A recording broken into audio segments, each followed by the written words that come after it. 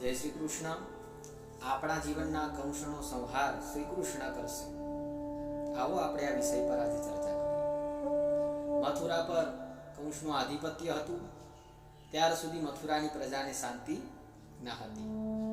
તેથી જ શ્રી કૃષ્ણએ એ પીડાયેલી પ્રજાની શાંતિ માટે શ્રી કૃષ્ણએ કંસનો વધ કર્યો. અસ્તિ અને પ્રાપ્તિ એ બે જરાસંઘની પુત્રીઓ છે. એક વખત બન્યું એવું કે કંસે બે હાથીના પૂંછડા પકડ્યા છે અને ફેરવી અને જરાસંઘના પ્રદેશમાં નાખ્યા. જરાસંઘ પ્રસન્ન થઈ ગયો એટલે અસ્તિ અને પ્રાપ્તિના વિવાહ કંસ સાથે કરી દીધા. આ કંસ એટલે શું? કંસનો આપણા જીવન સાથે શું સંબંધ છે? અસ્તિ એટલે બેંક બેલેન્સ અને પ્રાપ્તિ એટલે કમાણી. મારી પાસે આટલા પૈસા છે, મારી પાસે આટલી રકમ છે અને તેને વધારવા માટે મારે બીજી આટલી કમાણી કરવાની છે.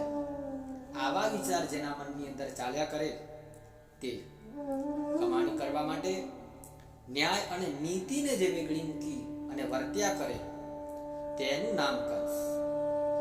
ક એટલે સુખ અને સ એટલે સંહાર. હું એમ નથી કહેતો કે તમે પૈસા ન કમાશો.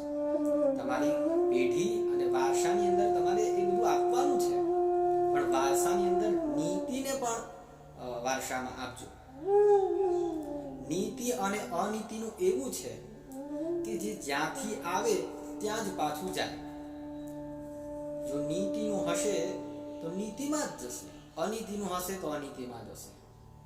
ધન મેળવવા માટે, કમાણી કરવા માટે અન્યાય આચરીને મનુષ્ય પોતે જ પોતાના સુખનો નાશ કરે છે. અરે આવા જીવનમાં શાંતિ સંભવે જ નહીં, કારણ કે પૈસો અશાંતિ ઊભી કરે છે. એટલે જ આપણે આપણા બચાવ માટે શ્રી કૃષ્ણ પાસે જઈએ.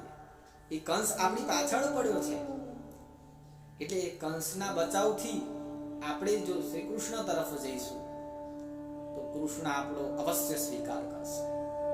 એ એમ નહીં કે તું કંસ જોડે હતો ત્યાર સુધી મારું નામ નહોતો લેતો અને હવે પાછળ પડ્યો એટલે તું મારી જોડે આવે છે. પણ શ્રી કૃષ્ણ તો બધાનો જ સ્વીકાર કરે.